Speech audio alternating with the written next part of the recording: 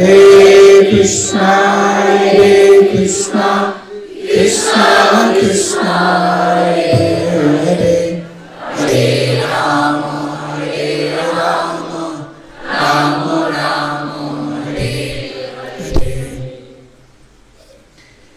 Mukam karoti vachalam, pangum langayate girim, yat kripatamaham bande, Shri Gurum Dinatarinam, Paramananda Madhavam, Shri Chaitanya Iswaram, Nama Om Vishnu Padaya Krishna Pristhaya Bhutale, Shri Mate Jayapataka Swami Niti Namine, Nama Acharya Padaya Nitai Kripa Pradayane, Gaura Katha Dhamadaya Nagragram Dharine. উপস্থিত এই জেলার যোগ্য জেলা প্রচারক আত্মানন্দ প্রভু এবং উপস্থিত সমস্ত গৌর ভক্তবৃন্দের শ্রীচরণ কমলে সশ্রদ্ধ প্রণাম। আপনাদের কৃপা ভিক্ষা চাইছি।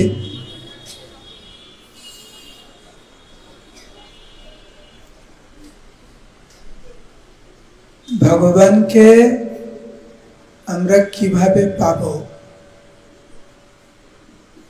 এটা না আপনি ঠিক করতে পারবেন না আমি ঠিক করতে পারব।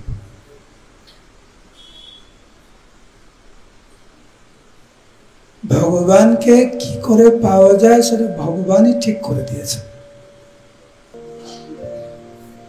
আপনি আমি বসে একটি নতুন পদ্ধতি আবিষ্কার করতে পারি না, সেই অধিকার ভগবান আমাদেরকে দেননি।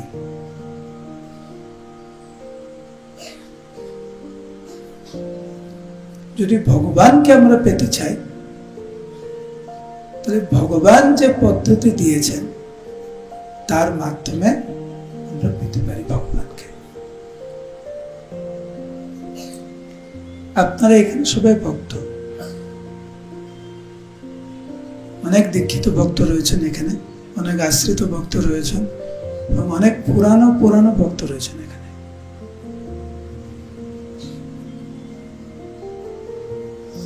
আমরা জানি যে ভগবানকে পেতে গেলে এই কলিযুগের যুগ ধর্ম হচ্ছে নাম সংকীর্তন, তাই না? নাম সংকীর্তনের মাধ্যমে আমরা ভগবানকে পেতে পারি।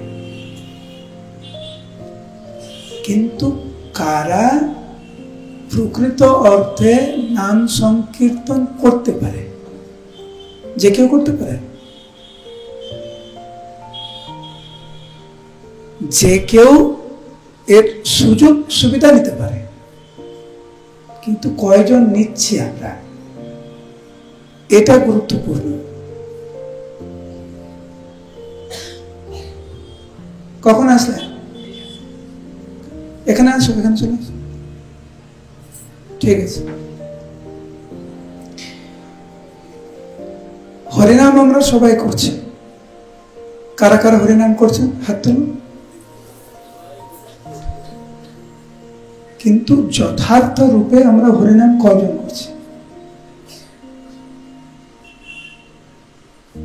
মায়াপুর ধামে কারা কারা গিয়েছেন হাত তুলুন।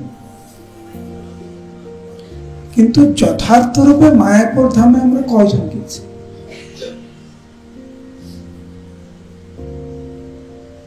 মায়াপুর হচ্ছে ভগবানের বাড়ি, ভগবানের গৃহ। সেই শ্রদ্ধা, সেই সম্ভ্রম, সেই অনুকূল ভয় আমাদের থাকে যখন মায়াপুরে প্রবেশ করি আমরা। এখানে কিচ্ছু করা যাবে না, খারাপ কিছু করা যাবে না, খারাপ কিছু ভাবা যাবে না, খারাপ গান শোনা যাবে না, প্রজল্প করা যাবে না, বৈষ্ণব নিন্দা করা যাবে না, পরচর্চা পরনিন্দা করা যাবে না। কেন? এটা মহাপ্রভুর বাড়ি। এইরকম মনোভাব নিয়ে আমরা কয়জন মায়াপুরে যাই? অনেক সময় মায়াপুরে যাই আমরা বেড়াতে, কিছু কিনতে। মায়াপুরে অনেক ধরনের খাবার পাওয়া যায়, সেইগুলো খেতে যাই। আর তার মধ্যে একটা দুটো ক্লাসে বুঝতেই হয়, নাহলে জেলা প্রচারক বকা দেবে। সেই জন্য কিছুক্ষণ ক্লাসে শুনি, আবার ক্লাস শুনতে শুনতে ঘুমিয়ে পড়ি, জপ করতে করতে ঘুমিয়ে পড়ি, হরিনাম করতে করতে এদিকে ওদিকে। তাহলে সেই অর্থে কি আমরা ধামে যাচ্ছি? হ্যাঁ কি না? জোরে হ্যাঁ কি না? ঠিক সেই রকম হরিনাম আমরা সবাই করি,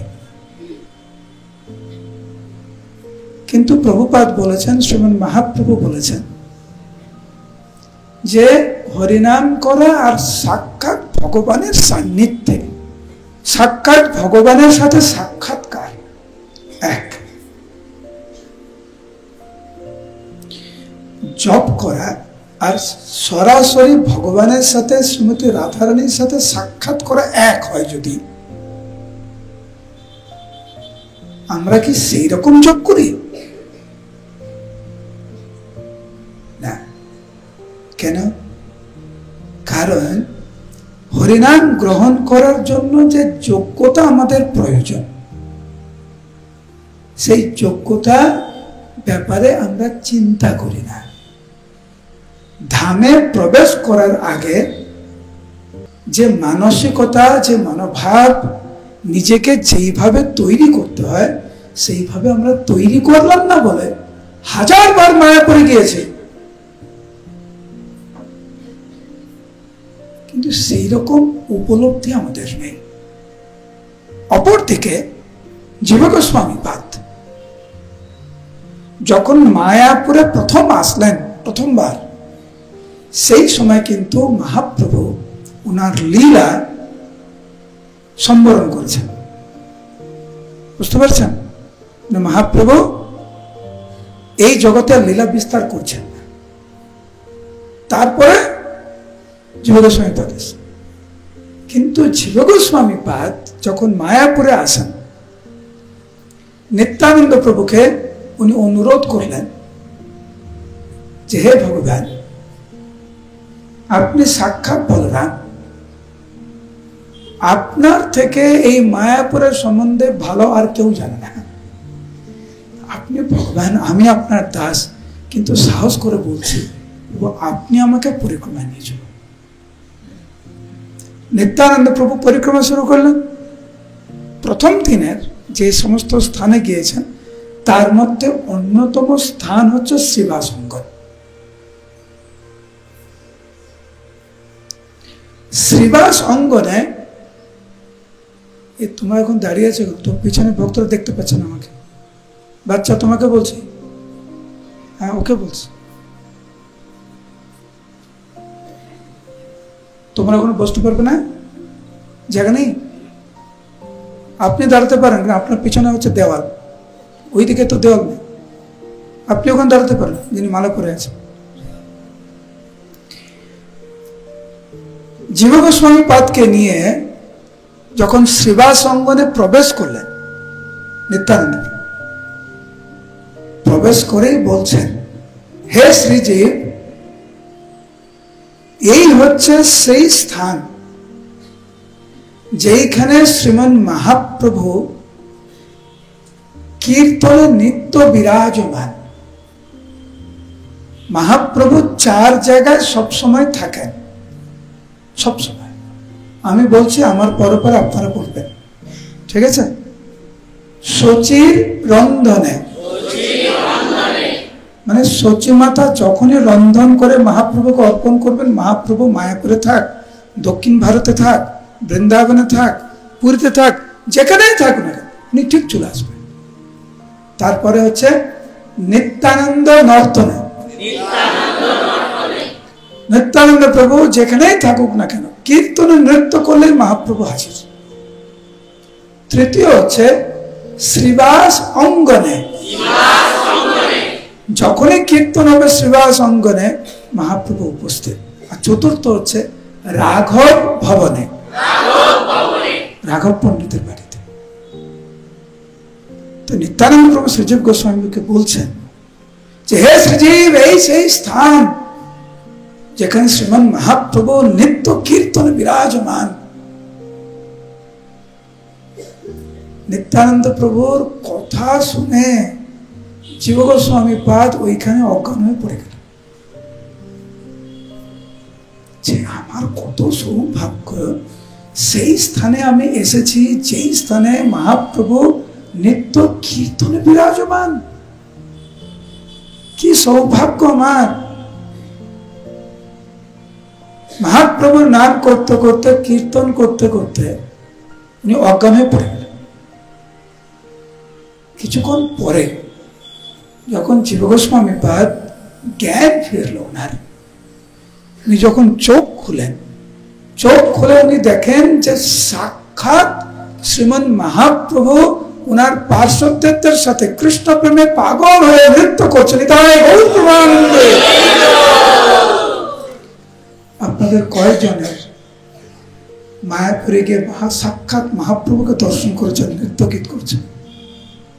কতবার গিয়েছি আমরা? আমি তো ছোটবেলা থেকে ওখানে থাকছি। আমি তো 42 বছর ধরে মায়াপুরে আছি, একবার দেখলাম না। কেন দেখলাম না? কারণ নিজেকে আমরা ওইভাবে তৈরি করতে পারলাম না।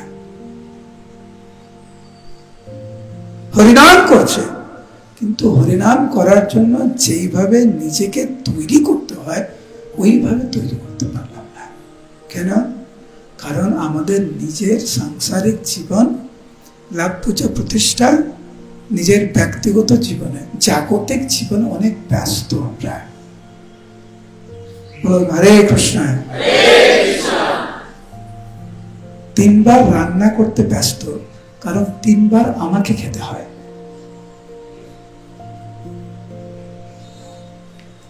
এইরকম মনোভাব নিয়ে আমরা রান্না করি না যে সকালে ভগবানকে ভোগ লাগাবো, দুপুরে ভগবানকে ভোগ লাগাবো, রাত্রে ভগবানকে ভোগ লাগাবো, সেই জন্য রান্না করতে হবে না।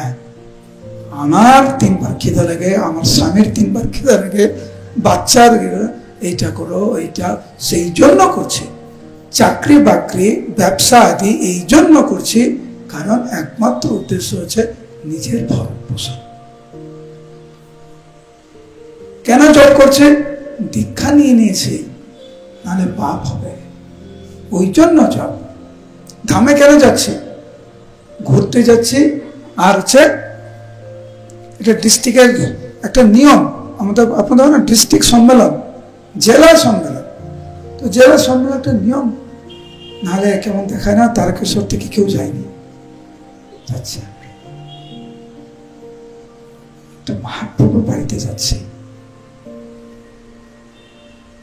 হরিনাম হচ্ছে সাক্ষাৎ পরব্রহ্ম, সাক্ষাৎ শ্রীমতী রাধা রানী। এইরকম ভাব নিয়ে আমরা কয়জন যাই, কয়জন হরিনাম করি? আজকে আমরা কয়েকটি গুণ নিয়ে আলোচনা করব, বেশি না, 2-3খানা গুণ নিয়ে আমরা আলোচনা করব, যেই গুণগুলো আমাদেরকে যথার্থভাবে তৈরি করাতে সাহায্য করবে। বলুন হরে কৃষ্ণ। মন দিয়ে শুনবেন তো? এই গুণগুলো যদি কোনো না কোনো ভাবে আমরা গ্রহণ করতে পারি, থাকে আমাদের কাছে, ভগবান খুব প্রসন্ন হয়। আপনার কিন্তু কিছু গুণ পছন্দ, আপনার কিছু মানুষকে পছন্দ, তাই না? কেন পছন্দ? কারণ তাদেরকে দেখতে সুন্দর। আপনার এক ধরনের রং পছন্দ, সবার কিন্তু এক রং পছন্দ না, কিন্তু সবার একরকম খাবার পছন্দ না, কিন্তু আপনার অপছন্দ পছন্দ আছে, ভগবানেরও অপছন্দ পছন্দ আছে। কি এমন সেই গুণ, যেই গুণ ভগবানকে আকর্ষিত করে? জানতে ইচ্ছা হয়? মন খারাপ হবে না তো শুনে? পরে আবার ভাববেন না তো, হায় কৃষ্ণ, প্রভু এসে কি বলে গেল, কোন দিকে যে যায় না, এদিকে যেতে পারছে, ওদিকে যেতে পারছে। একটু কঠিন, কিন্তু যদি ভক্ত হতে চাই আমরা, সহ্য করতে হবে। রেডি? প্রস্তুত? প্রাচীন বারিসাতে 10,000 পুত্র। প্রাচীন বারিসাত ওনার 10,000 পুত্রকে বললেন, তোমরা গিয়ে তপস্যা করো, ভগবানকে সন্তুষ্ট করো, ফিরে আসো এবং প্রজা বৃদ্ধি করো, বংশ বৃদ্ধি করো। ঠিক আছে বাবা, একদম যোগ্য পুত্র। 10,000 পুত্র গৃহস্থ হবে বলে, যোগ্য গৃহস্থ হবে বলে তপস্যা করছে।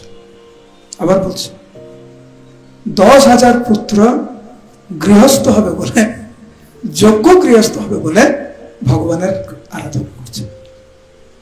নারদ মুনি ভাবছেন 10,000 শ্রোতাকে একসাথে পেয়ে গেছে, আর ছাড়ে? আপনারা ছাড়বেন যেখানে প্রচার সেখানে দৌড়াবেন? নারদ মুনি ওনাদেরকে বুঝাচ্ছে যে গৃহস্থ হওয়া দরকার নেই, তোমরা সবাই ব্রহ্মচারী হও। মানব জীবনের যে দুর্লভ মানব জীবন তোমরা পেয়েছ, কেন তোমরা এই সংসারে ঢুকবে? ভগবানের মহিমা, নামের মহিমা নারদ মুনি এমন করে বুঝিয়েছে, ওই 10,000 পুত্র সব ব্রহ্মচারী হয়ে গেছে। হরি বল। প্রাচীন বারিসাত দেখলো কি ব্যাপার, পরবর্তীতে আরেক 1,000।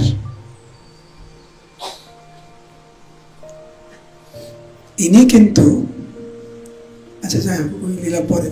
তো আবার হচ্ছে প্রাচীন দক্ষ প্রজাপতি নাম শুনেছেন তো?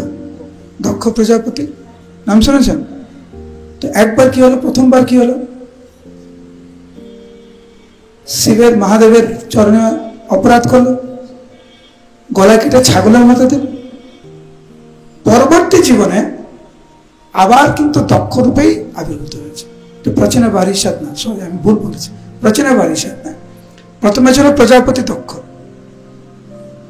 শিবের চরণে অপরাধ করলো, গলা কেটে দিল, ওনার সৈন্যরা ছাগলের মাথা দিয়ে দিল, ভুল সংশোধন হলো। পরবর্তী জীবনে উনি আবার প্রজাপতি দক্ষ রূপে জন্ম নেন। উনার 10,000 সন্তানকে নারদ মুনি ব্রহ্মচারী করতে, আবার 1,000 সন্তান গৃহস্থ করার জন্য আবার পাঠিয়েছে। নারদ মুনি ভাবছে, বাহ, আরেকবার প্রচার করার সুযোগ, এদেরকেও ব্রহ্মচারী করবো, এদেরকেও প্রচার করবো, এদেরকে প্রচার করে ব্রহ্মচারী করে দিয়েছে।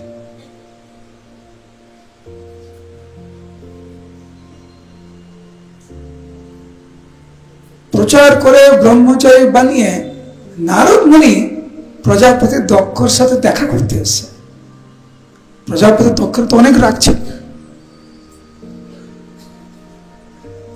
যেই সামনে এসছে নারদ মুনি, প্রজাপতি দক্ষ ক্রোধান্বিত হয়ে অনেক কিছু বলে, গালিগালাজ করে অভিশাপ দিতে, আমি তোমাকে অভিশাপ দিচ্ছি যে তুমি কোনো সময় এক জায়গায় বেশিক্ষণ থাকতে পারবে না। নারদ মুনি হাসি মুখে অভিশাপ গ্রহণ করলেন। একটা বিরাট শিক্ষা, একটি হচ্ছে নিজের জন্য কিছু সহ্য করা। যেমন খিদা পেয়েছে, রান্না হচ্ছে, একটু ধৈর্য ধরতে হচ্ছে, এটা একটা সহ্য। আপনি অর্থ উপার্জন করবেন, সেই জন্য কষ্ট করছেন। কার জন্য কষ্ট করছেন? নিজের জন্য কষ্ট করছেন, তাই না? তো সহ্য করতে হচ্ছে, তো কিছু নিজের জন্য সহ্য করছেন। কিন্তু এইখানে নারদ মুনি একজনকে ভব সমুদ্র থেকে পার করার জন্য প্রচার করেছে। কি এমন দোষ করেছে? ওনাকে অভিশপ্ত হতে হলো। নারদ মুনি হাসি মুখে, প্রভুপাদ কি বলছেন শুনুন।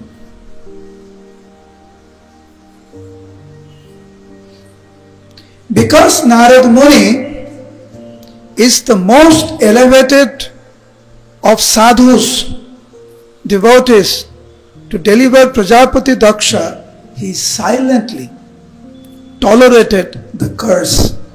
Sri Chaitanya Mahaprabhu has taught this principle to all his devotees. Narad মুনি ভগবানের সত্য ভক্ত ছিলেন। প্রভুপাদ বলছেন,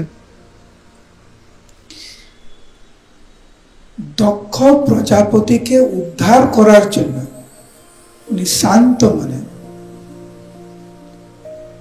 দক্ষ প্রজাপতির অভিশাপ সহ্য করেছেন। শ্রীমন মহাপ্রভু, প্রভুপাদ বলছেন, শ্রীমন মহাপ্রভু এই শিক্ষা উনি সমস্ত ভক্তদেরকে দিয়ে গেছেন। কি সহ্য করতে হবে, এই জড়জগতের ত্রিতাপ জ্বালা সহ্য করতে হবে, এই জগতের মান অপমান সহ্য করতে হবে, যার থেকে ভালো ব্যবহার আশা করেন তার থেকেই কষ্ট পেতে হবে, সেটা সহ্য করতে হবে। তার সাথে সাথে এই ফুলের মালাকেও সহ্য করতে হবে। আমি সবসময় উদাহরণ দিই, যখনই আমরা বলি সহ্য করতে হবে তখনই মনে হয় নেগেটিভ, খারাপ কিছু, কিন্তু না। কেউ যখন আপনাকে প্রশংসা করবে সেটাকে তৎক্ষণাৎ গুরুদেবের চরণে, প্রভুপাদের চরণে অর্পণ করতে হবে, সেটাকেও সহ্য করতে হবে। ভক্তি সিদ্ধান্ত সরস্বতী ঠাকুর বলেছেন, লাভ, পূজা, প্রতিষ্ঠা, শুকরের বিষটা। শুকরের বিষটা খুব ভালো জিনিস, পছন্দ, কিন্তু কেউ যখন প্রশংসা করে পছন্দ, হ্যাঁ কিনা? যারা বলছেন না তারা মিথ্যা কথা বলছে। প্রশংসা শুনতে সবার ভালো লাগে, ফুলের মালা পেতে সবার ভালো লাগে, কিন্তু কয়জন এটাকে সহ্য করে? কয়জন প্রশংসা তৎক্ষণাৎ গুরুদেবের চরণে অর্পণ করে? সেটা দেখার।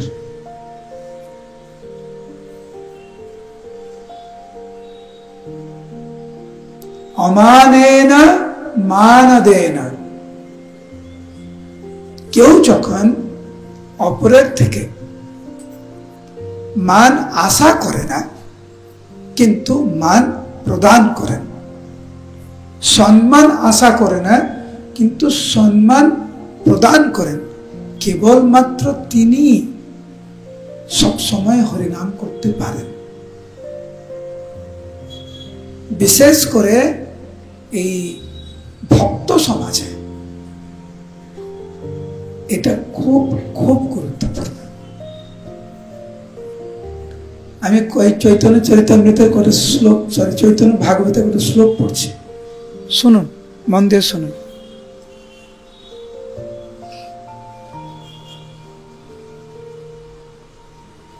মহাপ্রভু বলছেন, মহাপ্রভু হরিদাস ঠাকুরকে খুব ভালোবাসতেন, প্রাণের থেকেও ভালোবাসতেন।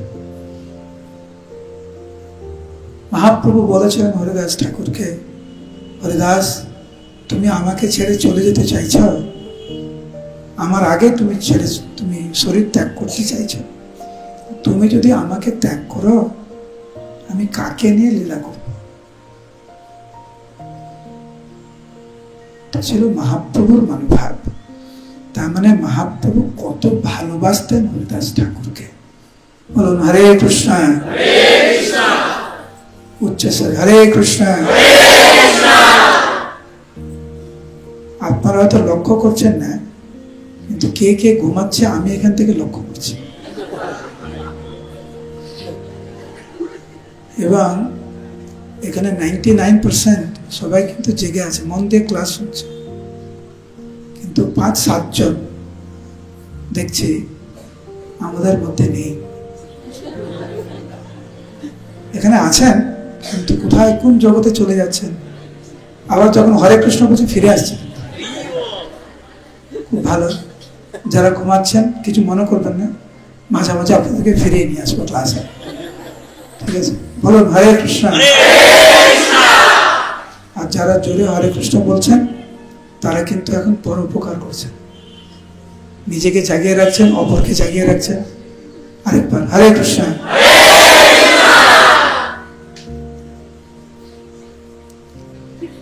তো মহাপ্রভু বলছেন তুমি আমাকে ছেড়ে চলে যাবে? হরিদাস ঠাকুর বললেন প্রভু আমি একটা পিঁপড়ের মতো, পিঁপড়ে, একটা পিঁপড়ে যদি মারা যায় এই পৃথিবীর কোনো ক্ষতি হবে? প্রভু আপনি পৃথিবীর মতো, আমি পিঁপড়ের মতো, আমি যদি মারা যাই আপনি কি বলছেন, আপনার কি হবে? মহাপ্রভুর চোখে জল ছিল। তুমি কি করে ভাবছো তুমি আমাকে ছেড়ে চলে যাবে? কিন্তু আমি তোমাকে এত ভালোবাসি। মহাপ্রভু বললেন যে তোমাকে আমি এত ভালোবাসি, আমার কষ্ট হলেও তোমার ইচ্ছাকে আমি পূর্ণ করব। এইটি হচ্ছে ভালোবাসার লক্ষণ। নিজের কষ্ট হলেও যাকে আমরা ভালোবাসি তার জন্য আমরা অনেক কিছু করতে রাজি আছি। বাবা মা সন্তানের জন্য অনেক কষ্ট স্বীকার করে, কারণ বাবা মা সন্তানকে খুব ভালোবাসে। মহাপ্রভু কেন হরিদাস ঠাকুরকে এত ভালোবাসতেন? তার অন্যতম গুণ ছিল হরিদাস ঠাকুর খুব সহ্য করেছেন, এবং যখন অনেক কষ্টের মধ্যে দিয়ে গিয়েছেন কখনো ভগবানকে কোনোভাবে দোষারোপ করেননি। সবকিছু নিজের কর্মফল বলে স্বীকার করেন, ভগবানের কাছে কৃতজ্ঞতা প্রকাশ করেছেন যে প্রভু আমার অনেক আরো বেশি কষ্ট পাওয়ার কথা ছিল, কিন্তু আপনি কৃপা করে ওটাকে একটু কম করেছেন।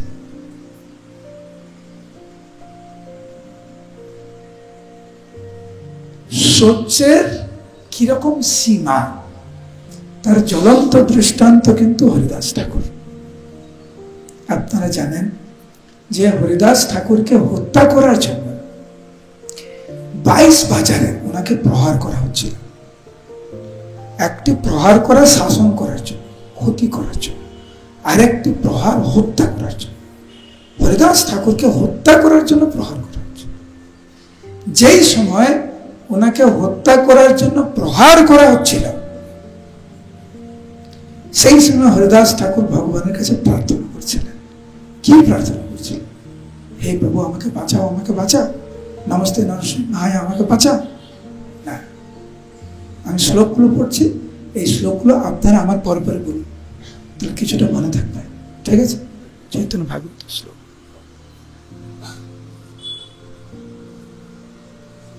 তো মহাপ্রভু বলছেন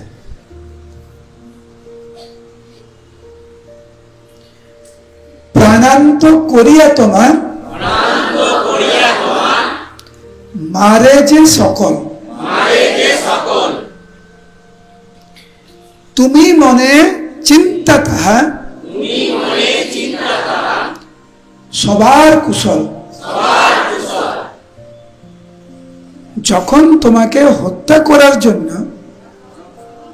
এটা আমি এমনি বলছি, যখন তোমাকে হত্যা করার জন্য ওরা প্রহার করছিল সেই সময় তুমি তাদের জন্য আমার কাছে প্রার্থনা করছিলে, নিজের জন্য না। তোমাকে হত্যা করার জন্য তারা প্রহার করছে, তুমি নিজের জন্য প্রার্থনা না করে অপরের জন্য প্রার্থনা করছো।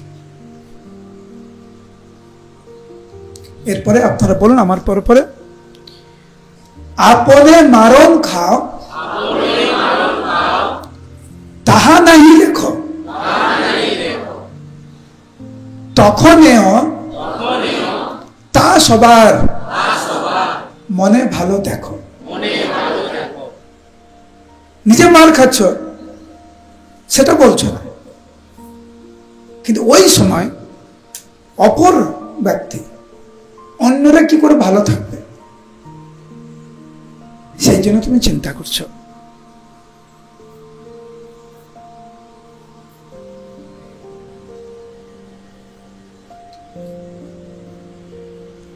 কি মনে হচ্ছে এবারে? ভক্ত হয় এত সোজা? কি মনে হচ্ছে আপনাদের? সোজা না কঠিন?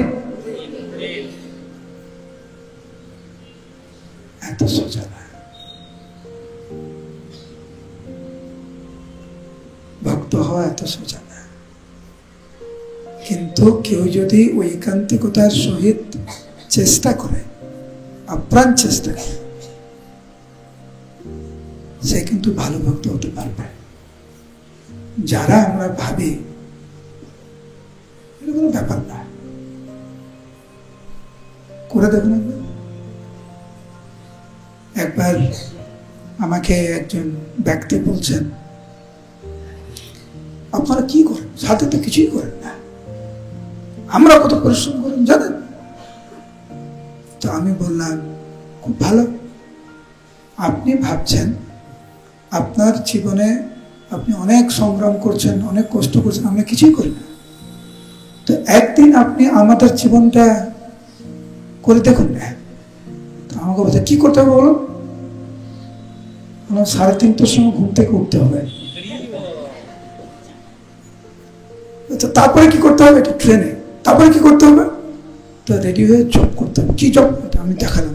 তারপরে মঙ্গল আরতি, তারপরে জব, তারপরে সেবা, তারপরে মন্দিরে এসে দর্শনার্থী, গুরু পূজা, 1 ঘন্টা বসে ক্লাস শুনতে হবে, প্রসাদ পেয়ে একদম সেবা, তারপরে প্রসাদ, দুপুরে প্রসাদের পাওয়ার পরে আবার সেবা, তারপরে মঙ্গল আরতি, তারপরে ক্লাস, তারপরে ঘুম। আমার লাগবে না, আমার লাগবে না, আপনারা থাকুন। না, আমাদের হবে না। সোজা না, এটা তো প্রথম লক্ষণ। এই যেগুলো বললাম, মহাপ্রভু যে গুণের কথা বলছেন এটা অনেক উচ্চ স্তরের। সহ্য ক্ষমতা কেমন? বাসুদেব দত্ত শ্রীমান মহাপ্রভুর কাছে গেলেন জগন্নাথপুরী ধামে। জগন্নাথপুরী ধামে গিয়ে মহাপ্রভুকে বলছেন, হে প্রভু, আমি আপনার থেকে কিছু চাইছি। আমি সাধারণত কি হয়, কেউ তপস্যা করে, অনেক কষ্ট করে, তারপরে দেবতা আসে বা ভগবান আসেন, বলেন আমি তোমার তপস্যায় খুব সন্তুষ্ট, বলো কি চায়, এরকম হয় না? বাসুদেব তো এরকম সরাসরি মহাপ্রভুর কাছে গিয়ে বলছেন, আমি একটা বর চাই আপনার থেকে। আর মহাপ্রভু বাসুদেব দত্তকে এত ভালোবাসতেন, মহাপ্রভু বললেন যে আমার কাছে এমন কিছু নাই যা আমি তোমাকে দেব না, তুমি বল তুমি কি চাও। বলুন, হরে কৃষ্ণ, উচ্চস্বর হরে কৃষ্ণ, কি চাও বলো। আমার খুব ইচ্ছা যে এই জগতের সমস্ত জীব তারা ভগবত ধামে ফিরে যাক। আমি দেখছি তারা কত কষ্ট পাচ্ছে তোমাকে বলে, বলিয়া তোমারে সংসারে আসিয়া পেয়ে নানাবিধ ব্যথা। এই জড় জগতের সমস্ত দুঃখ কষ্টের কারণ হচ্ছে তোমাকে বলে থাকা। সেই জন্য আমি চাই সবাই ফিরে যাক। কিন্তু সবাই কি করে ফিরে যাবে? তাহলে তো পাপময় জীবন। তখন বাসুদেব দত্ত বললেন, প্রভু, আমি সমস্ত জীবের পাপ রাশি নিয়ে অনন্তকাল আমি নরক যন্ত্রণা ভোগ করতে চাই। সবার পাপ আমি নিয়ে আমি নরক যন্ত্রণা ভোগ করতে চাই। কিন্তু প্রভু, আপনার চরণে আমার অনুরোধ, আপনি সবাইকে ভগবত ধামে আপনি নিয়ে যান। এ হচ্ছে ভক্তের গুণ। ভক্তরা কখনো স্বার্থপর নন। ভক্তরা এমন ভাবে জীবনযাপন করে, যেটা দর্শন করে, যেটা উপলব্ধি করে অন্যেরা কৃষ্ণ ভক্তিতে অনুপ্রাণিত হয়। তার মধ্যে অন্যতম একটি গুণ আমরা আলোচনা করছি, তা হচ্ছে কি করে ভগবানকে সন্তুষ্ট করার জন্য কষ্ট সহ্য করতে হয়। নিজের সাধন ভজনের জন্য কষ্ট সহ্য করতে হবে, অপরের কাছে কৃষ্ণ ভাবনামৃত পৌঁছে দেওয়ার জন্য আমাদেরকে কষ্ট স্বীকার করতে হবে। তার জ্বলন্ত দৃষ্টান্ত হচ্ছে আমাদের ইসকনের প্রতিষ্ঠাতা আচার্য শিল প্রভুপাদ।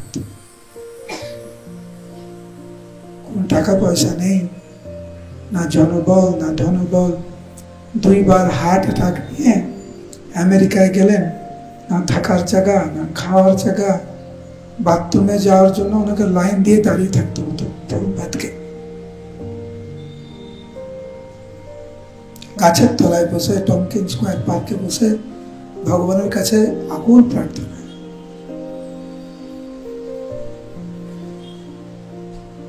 আনি আছো যদি প্রভু আমারে নাচাতে, নাচাও নাচাও প্রভু, নাচাও সে মতে, কাষ্টের পুতুল জ্বলছে, নাচাও সে মতে।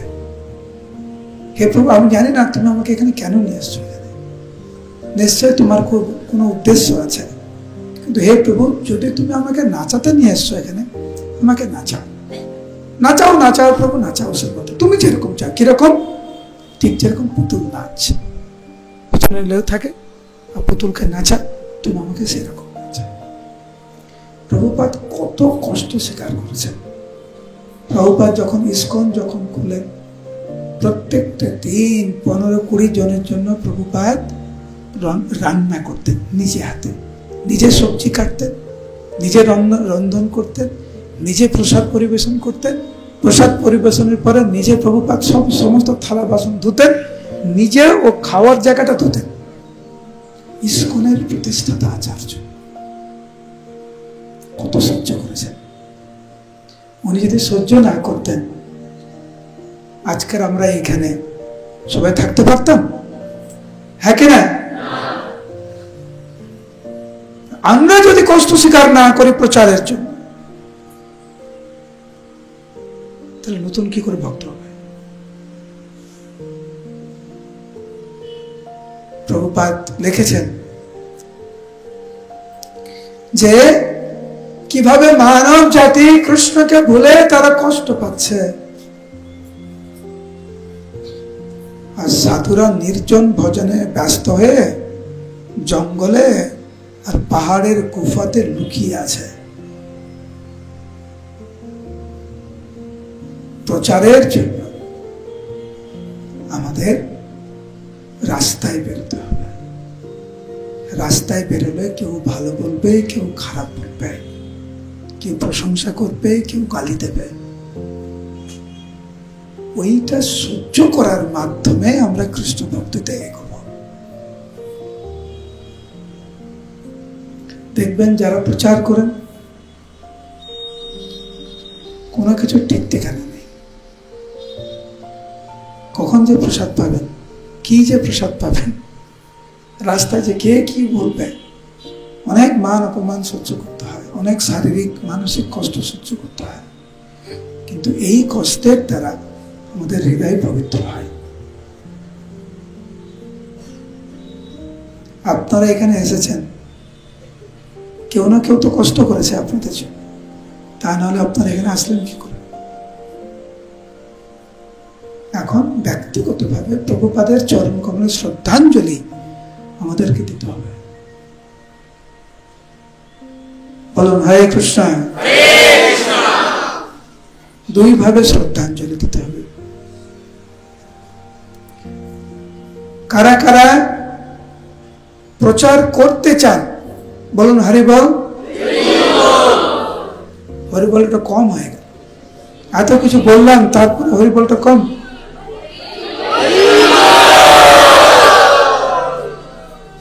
জানতে চান প্রচার করার সবচাইতে বড় কৌশল, সবচাইতে ভালো, সর্বশ্রেষ্ঠতম উন্নত কৌশল প্রচারকদের? জানতে চান কি? নিজে ভালো ভক্ত হওয়া।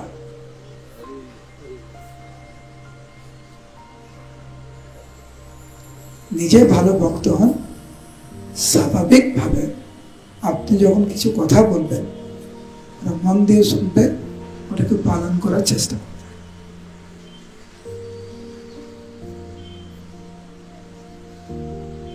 তার মানে 4টে নিয়ম, 16 মালা জপ,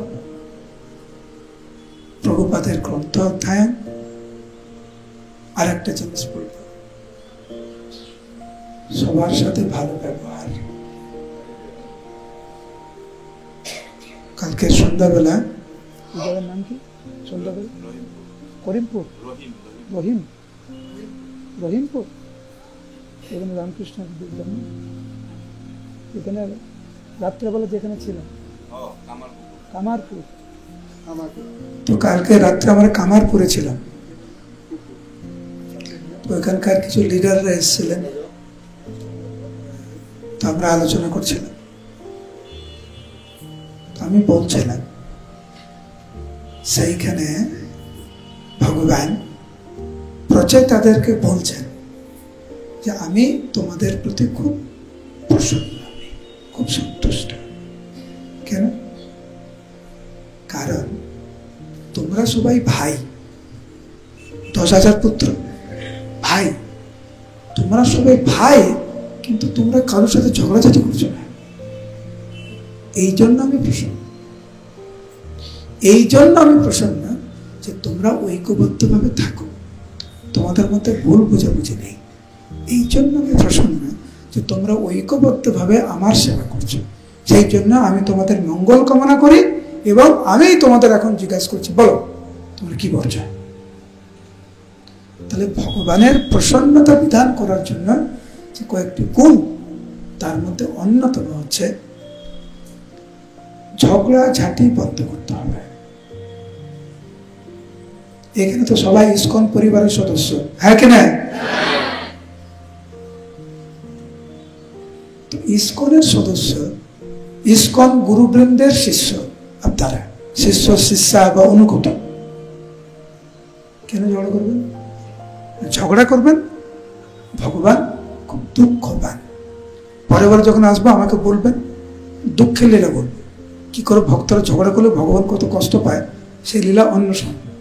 এখন বলছে কি, ভগবান বলছেন তোমরা যেহেতু ঝগড়া করছো না একে অপরের সাথে, সেই জন্য আমি খুব খুশি। কারা কারা ঝগড়া করতে চায় হাত তুলুন। হাসছেন? ক্লাসের পরে ঝগড়া করবেন তো? কি ঝগড়া? ওকে ঠেলে দিয়ে বলবেন, এই তুই পিছিয়ে যা, তোর আগে আমি আগে প্রসাদ পাবো। লাইনে ধাক্কা ধাক্কি, মারামারি, আমি এটা প্রায় দেখি। কিভাবে আমাকেই প্রথম ব্যাচে বসতে হবে, লাইন প্রথম লাইনে আমি বলবো, প্রথম লাইনে বসলে ভালো ভালো জিনিস পাওয়া যাবে। এই জন্য কোনো না কোনো ভাবে আমি প্রথম বসবো। আমরা যখন বলি ঐক্যবদ্ধভাবে চলা, ঝগড়াঝাটি করবে না, মারামারি করবে না, তখন আমরা কি ভাবি? এটাকে কখন ভেবেছি যে প্রসাদের লাইনের সময় আমরা ঠেলাঠেলি করবো? ভেবেছি? হ্যাঁ কি না? না, ভাবেননি ওটা। ওরা যদি ভাবতেন তাহলে কখনো লাইনে ঠেলাঠেলি করতেন না। আমরা ভাবি ঝগড়াঝাটি মানে একদম এই চিৎকার চেঁচামেচি করে গালি দিয়ে ঝগড়া। কিন্তু লাইনে দাঁড়ানোর জন্য যে আমরা ঝগড়াঝাটি করবো না, ঠেলাঠেলি করবো না, এটাও তার অঙ্গ। এটা আমরা বুঝি না।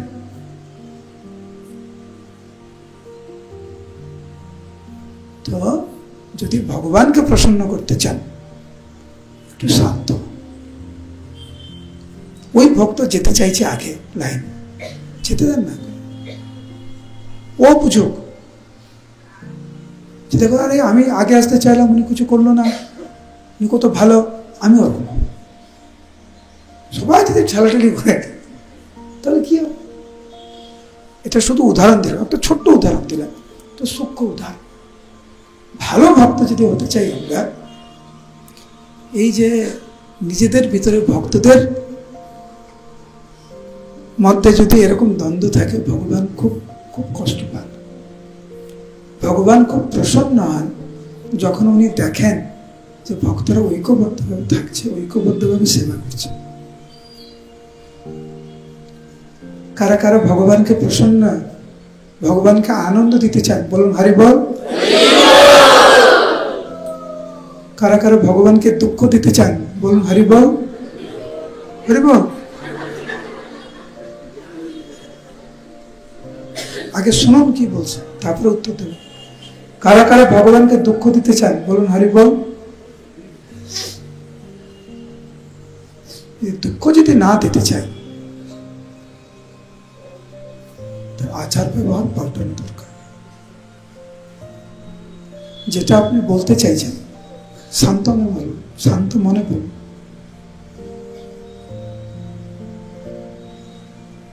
নিজেদের ভিতরে, ভক্তদের ভিতরে দ্বন্দ্ব ভগবান একদম পছন্দ করে। সেই জন্য আজকের বিষয় ছিল সহ্য করতে হবে। কেউ যখন আমাকে খারাপ কিছু বলছে, একটু সহ্য করুন। গোপাল কৃষ্ণ মহারাজ নাম শুনেছেন?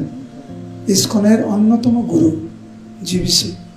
উনি কিন্তু ইসকন ইন্ডিয়ার যে ব্যুরো আছে, ব্যুরো হচ্ছে ইসকন ভারতবর্ষের যত মন্দির আছে,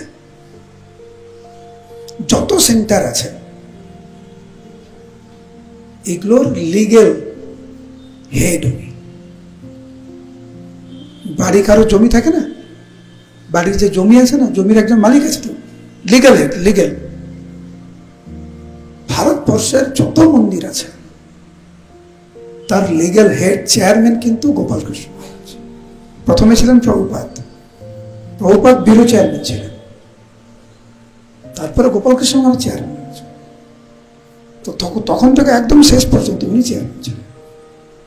উনি ব্যুরো চেয়ারম্যান, উনি ইসকনের সমস্ত সম্পত্তির উনি চেয়ারম্যান, লিগ্যাল চেয়ারম্যান। একটা গুণ যেটা সবাই খুব প্রশংসা করত, সবাই, যে উনি এত বড় পদে থেকেও উনার হাজার হাজার শিষ্য, হাজার হাজার শিষ্য উনার সারা পৃথিবী জুড়ে, কিন্তু ওনার কোনো গুরু ভাই বা অন্য কোনো ব্যক্তি যখন কোনোভাবে ওনাকে কোনো বিষয়ে দোষারোপ করত, ভারতবর্ষের লিগ্যাল হেড, কিছু তো শুনতে হয় ওনাকে, এখানে ঠিক মতো হচ্ছে না, ওখানে এটা হচ্ছে না। কিন্তু আমার নিজের দেখা, উনি আমাকে খুব স্নেহ করতেন, ওনাকে খুব কাছ থেকে দেখার আমার সৌভাগ্য হয়েছে। কারণ আমি তো অনেকগুলো রাজ্যের দায়িত্বে আছে, তো সেই সুবাদে ওনার সাথে আমার যোগাযোগ ছিল। আমি দেখেছি একটা জিনিস, যখনই ওনাকে কেউ কোনো কিছু বিষয়ে দোষারোপ করত, চুপ করে সহ্য করতেন, কোনো প্রতিবাদ করতেন না। তারপরে যখন উনি ওনার বলা হয়ে গেল, সব হয়ে গেল, পরিবেশ শান্ত, তখন উনি শান্ত করে বুঝাতেন যে প্রভু বা মহারাজ, আপনি যেটা বলছেন অ্যাকচুয়ালি এটা এটা এটা এটা। উনি চেয়ারম্যানের সাথে উনি 1 মিনিটও বন্ধ করে দিতে পারেন নাকি, হ্যাঁ তুমি কি বলছো, চুপ করো, বলতে পারেন। যখন ওনাকে আক্রমণ করা হতো কোনো বিষয়ে, একদম চুপ করে শুনতে। আর আমি আজকে এই কখনো এটা স্বীকার করিনি সব লোকের সামনে, আজকে স্বীকার করছি, লাইভ হচ্ছে, তবুও বলছি। বোম্বেতে একটা মিটিং হচ্ছে, সেই মিটিংয়ে আমিও ছিলাম। একটা বিষয় উত্থাপন হয়েছে এবং আমি গোপাল কৃষ্ণ মহারাজের নাম ধরে ওনাকে একটু দোষারোপ করেছিলাম। আমার পরমারাধ্য গুরুদেব, সেই সময় জয়প্রত গোস্বামী গুরু মহারাজ, ওনার পাশে বসে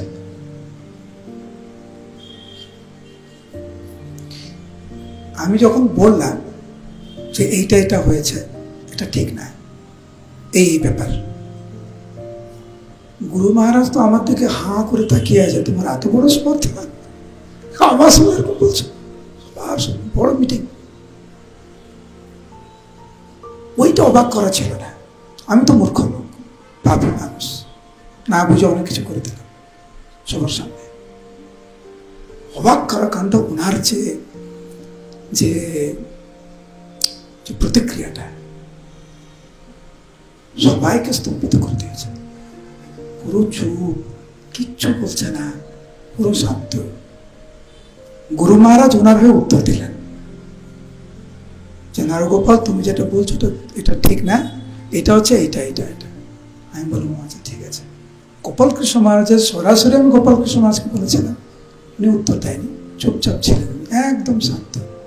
গুরু মহারাজ উত্তর দেওয়ার পরে যখন দেখলো পরিবেশটা শান্ত, তখন উনি আমাকে বোঝাচ্ছে যে নারগোপাল, তুমি যেটা বলছো অ্যাকচুয়ালি এটা এটা এটা।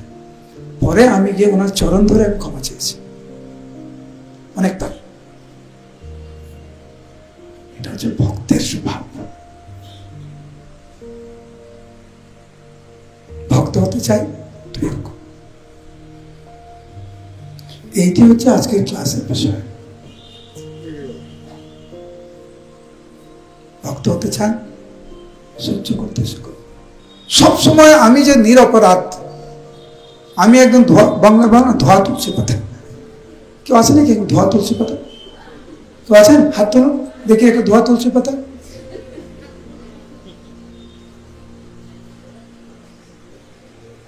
আত্মানন্দ প্রভু, কোন ধোয়া তুলসী পাতা দেখছি না। আমি যখন ধোয়া তুলসী পাতা না, আমি কিন্তু চাইছি আপনি ধোয়া তুলসী পাতা। কেন? মানুষ মাত্র ভুল করে, দোষ ত্রুটি হয়, কখনো কখনো কথা ফসকে বেরিয়ে যায়। আমাকে তো বুঝতে হবে ও রাগের মাথায় কথাটা বলেছে আমাকে, ও রাগের মাথায় বললো আর আমি রাগের মাথায় প্রতিক্রিয়া দিলাম, তাহলে কি? ও রাগের মাথায় প্রতিক্রিয়া দিল, আমি শান্ত মানুষ সহ্য করলাম, পরে কিন্তু ও বুঝতে পারবে। প্রভুপাদ কি বলছে? যে প্রজাপতি দক্ষকে উদ্ধার করার জন্য নারদ মুনি অভিশাপটি সহ্য করলেন। আমার পরে পরে বলি, মাথা থাকতে হবে। প্রজাপতি দক্ষকে উদ্ধার করার জন্য প্রজাপতির অভিশাপ নারদ মুনি সহ্য করেছে। বাংলা একটা কথা আছে না, যে নিজের মেয়েকে শাসন করছে, উদ্দেশ্য হচ্ছে বৌমাকে শিক্ষা দেবে। ছিটে কত আর ছিটে মারবেন, সাধারণভাবে বললাম।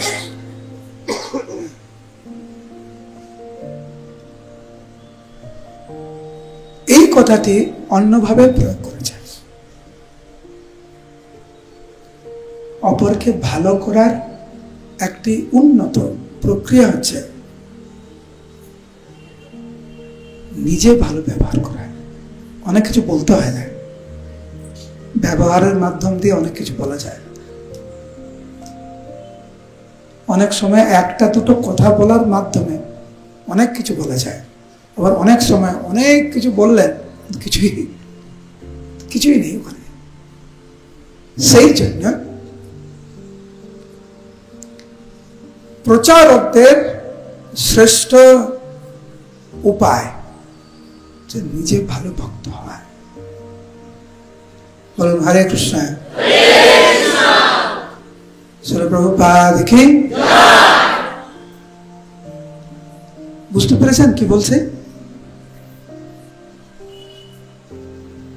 এইটা যদি মনে থাকে আপনাদের, অল্প হলেও অল্প চেষ্টা করি আমরা পরিবর্তন করার জন্য, তাহলে আজকের এই দিব্য অনুষ্ঠান সার্থক হবে। হরে কৃষ্ণ কৃষ্ণ কৃষ্ণ হরে হরে, হরে রাম রাম রাম